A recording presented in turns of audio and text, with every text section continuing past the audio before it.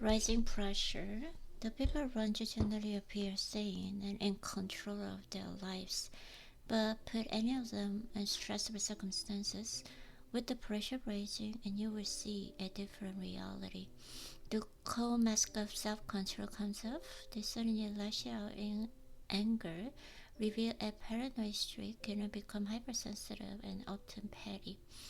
Under stress or any threat, the most primitive parts of the brain are aroused and engaged, overwhelming people's reasoning powers. In fact, the stress or attention can reveal flaws in people that they have carefully concealed from you. It is often wise to observe people in such moments precisely as a way to judge their true character. Whenever you notice rising pressure and stress levels in your life, you must watch yourself carefully. Monitor any signs of unusual brittleness or sensitivity, sudden suspicions, fears disproportionate to the circumstances.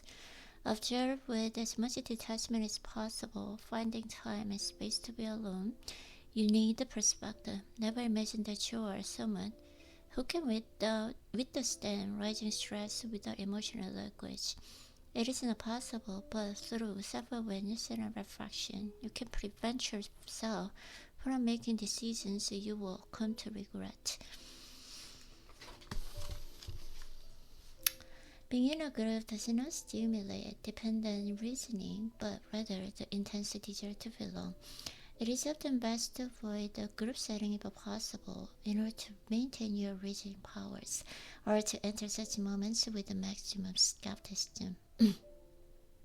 Demagogues in politics or the media try to stir a continuous sense of panic, urgency, and outrage. They must keep the emotional level high. Your defense is simple. Consider your reasoning powers, your ability to think for yourself. Your most precious possession. Resent any kind of intrusion upon your independent mind by others. When you feel you are in the presence of demagogue, become doubly wary and analytical.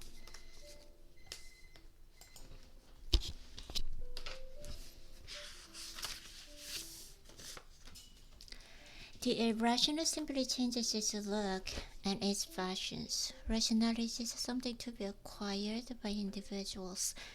First and foremost is the existence through a history and in all cultures of people of high rationality.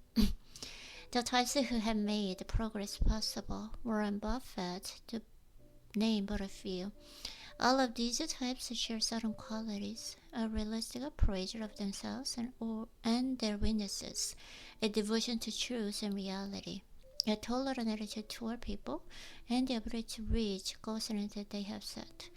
The second factor is that almost all of us, at some point in our life, have experienced the moments of a greater rationality.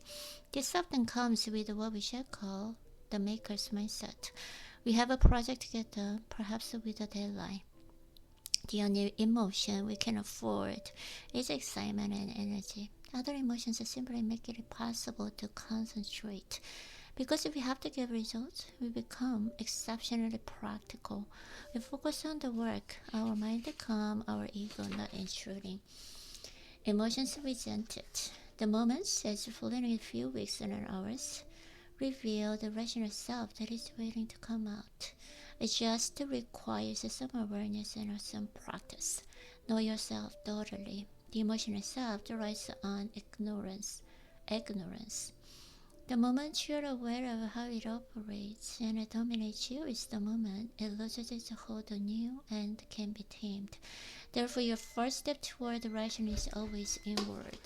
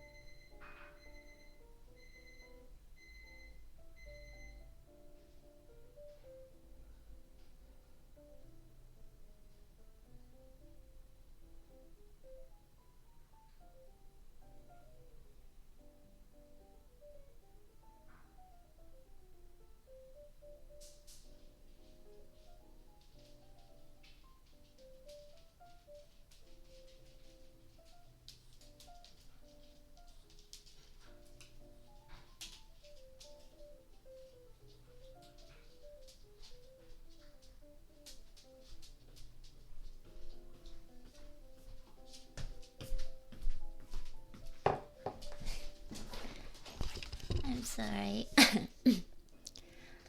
Okay, sorry about that.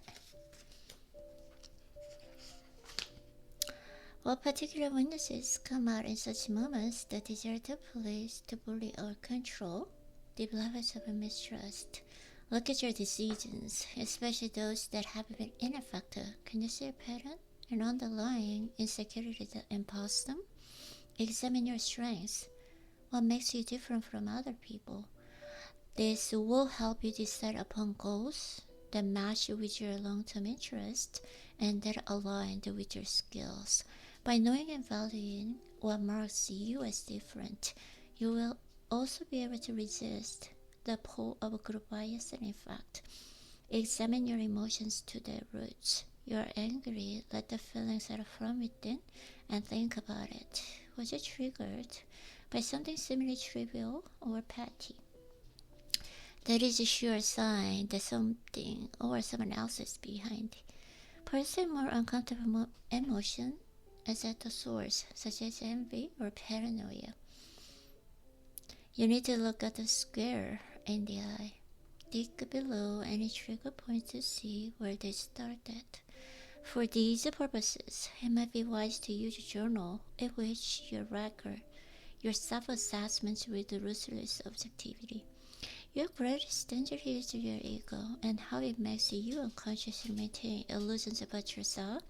These may be comforting in the moment, but in the long run, they make you defensive and unable to learn or progress. Find a neutral position from which you can observe your actions with a bit of a detachment and even humor. Soon all of this will become second nature, and when emotional self suddenly raises its head in some situation, you will see it as it happens and be able to step back and find a neutral position. Encouraging your reaction time. This part comes through practice and repetition. When some event or interaction requires a response, you must train yourself to step back.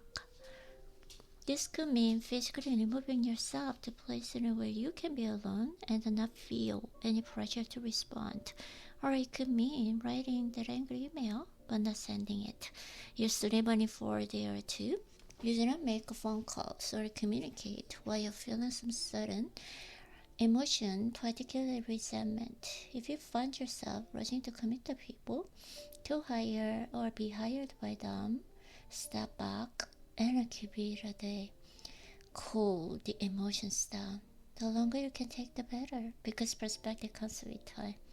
Consider this like a resistance training. The longer you can resist reacting, the more mental space you have for actual reflection, and the stronger your mind will become.